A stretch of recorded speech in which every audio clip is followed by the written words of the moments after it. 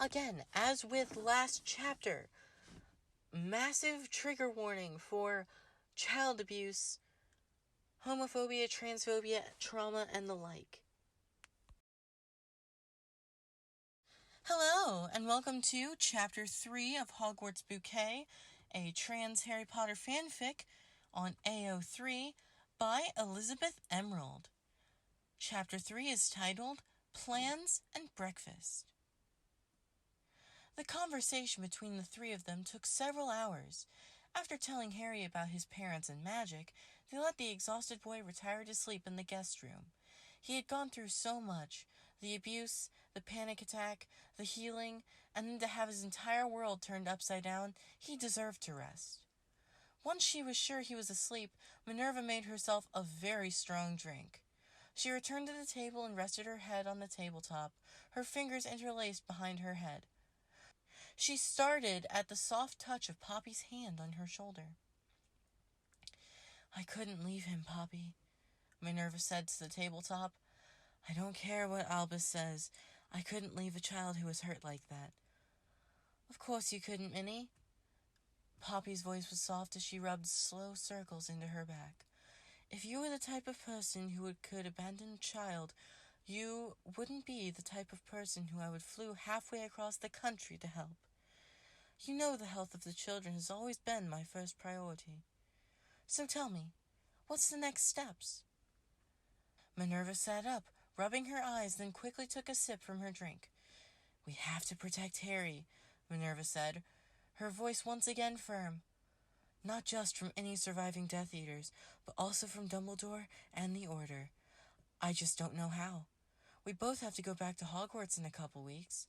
That buys us time, but not enough. Harry won't be able to be eligible to attend Hogwarts himself for another year, so we have to find a way to keep him safe and hidden for a year, while allowing him to heal and recover from what his relatives did to him."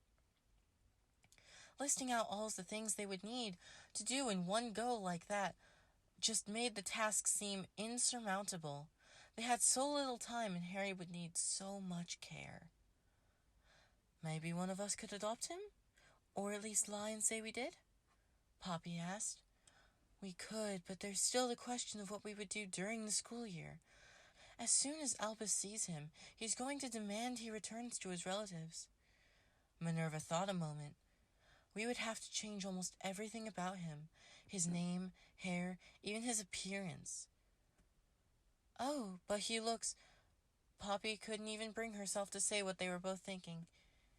"He looked just like James, except with Lily's eyes."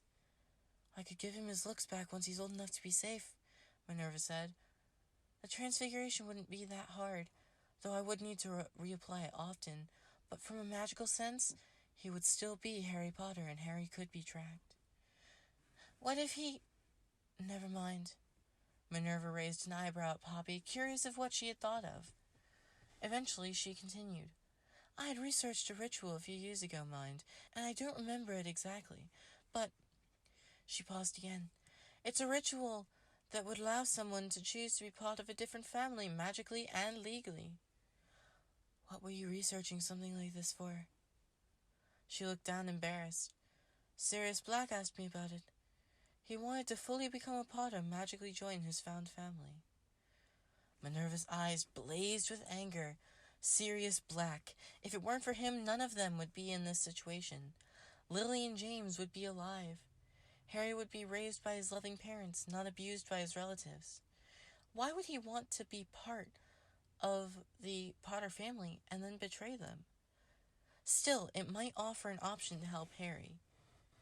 "If you can find that ritual again, we can help keep the boy safe." She thought for a moment more, trying to think if there was anything else she had missed while she had been hit with a realization. "Why do I keep saying we? I'm the one who's put my broom in it. I'm the one who has to deal with this mess." "Please be serious, Minnie," Poppy said dismissively. "You wouldn't have asked me to stay if you didn't want my help. In this, it's at least again we." Minerva smiled at her, grateful for her serious concern and support. Her smile faded as Poppy stood, stretching her sore back. "Though I should probably get back to the school if I'm going to get any sleep tonight." Poppy stopped mid-step on the way to the door. Minerva realized she must have made some small noise of disappointment or displeasure. Poppy gently ran her fingers into Minerva's hair, shaking it loose from the tight bun she normally kept it in. Minerva felt betrayed by how much she leaned into the soft caress. "Say the word and I'll stay. Please." Minerva couldn't bring herself to say more, but Poppy didn't need her to. The two women retired to Minerva's bed, hoping that in the morning they could face whatever the future brought together. The next morning dragged Minerva slowly back to her senses. It took her several minutes to remember where she was and why she wasn't sleeping in her quarters in the castle. The return of her memory was helped by Poppy's warm body next to hers in her bed. She smiled and pressed a soft kiss to her bare shoulder. A sound from below shook her from the calm moment. Minerva rose, her wand in her hand in an instant. With a single wave, her dressing gown flew around her shoulders, and she was out the door into the hallway. Poppy was behind her, her own wand in her hand and dressing gown draping around her form. She stepped into the kitchen, a hex on her lips as she entered. Harry whirled around at the sound of her entering the room. He dropped the bowl in his hands where it shattered against the ground as he flinched away from her and Poppy. Minerva was about to breathe a sigh of relief, knowing that the noise they had heard was apparently only Harry waking early to make himself some breakfast. Then as she stepped forward to apologize, he immediately cowered down, trying to protect his head and face with his arms. Both women could feel waves of magic blasting off him. Magic that almost compelled them to turn and leave the room, though nothing else in the kitchen was affected. The boy's subconscious magic was trying its best to protect him, and this display showed just how powerful he would be when he had full control. They needed to help him come down from his current panic attack, or his already fragile magic could burn him out completely. Harry, we're not going to hurt you. I promise, Harry, you're safe here," Minerva said as softly as she could, battling the waves of magic that pushed at her mind. She realized in a moment that the waves of magic were not dissimilar to the muggle-repelling charms used to protect magical spaces. Harry must have learned to do it to keep his uncle away from him. She doubted he had any conscious control of the magic, but she was also sure that his relatives had hated him for the magic, even if they didn't know exactly what was happening. Harry kept his face hidden, even as his magic stilled and the waves of compulsion faded.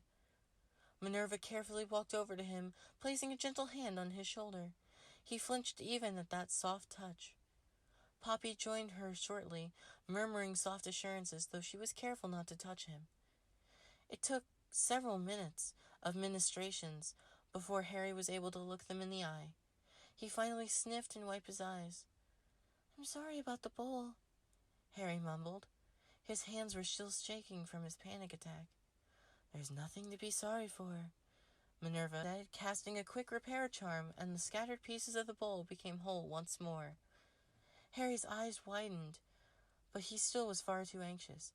"If anything, we should be the ones who should apologize. Harry, I'm sorry for startling you like that." I'm sorry as well, young man," Poppy said.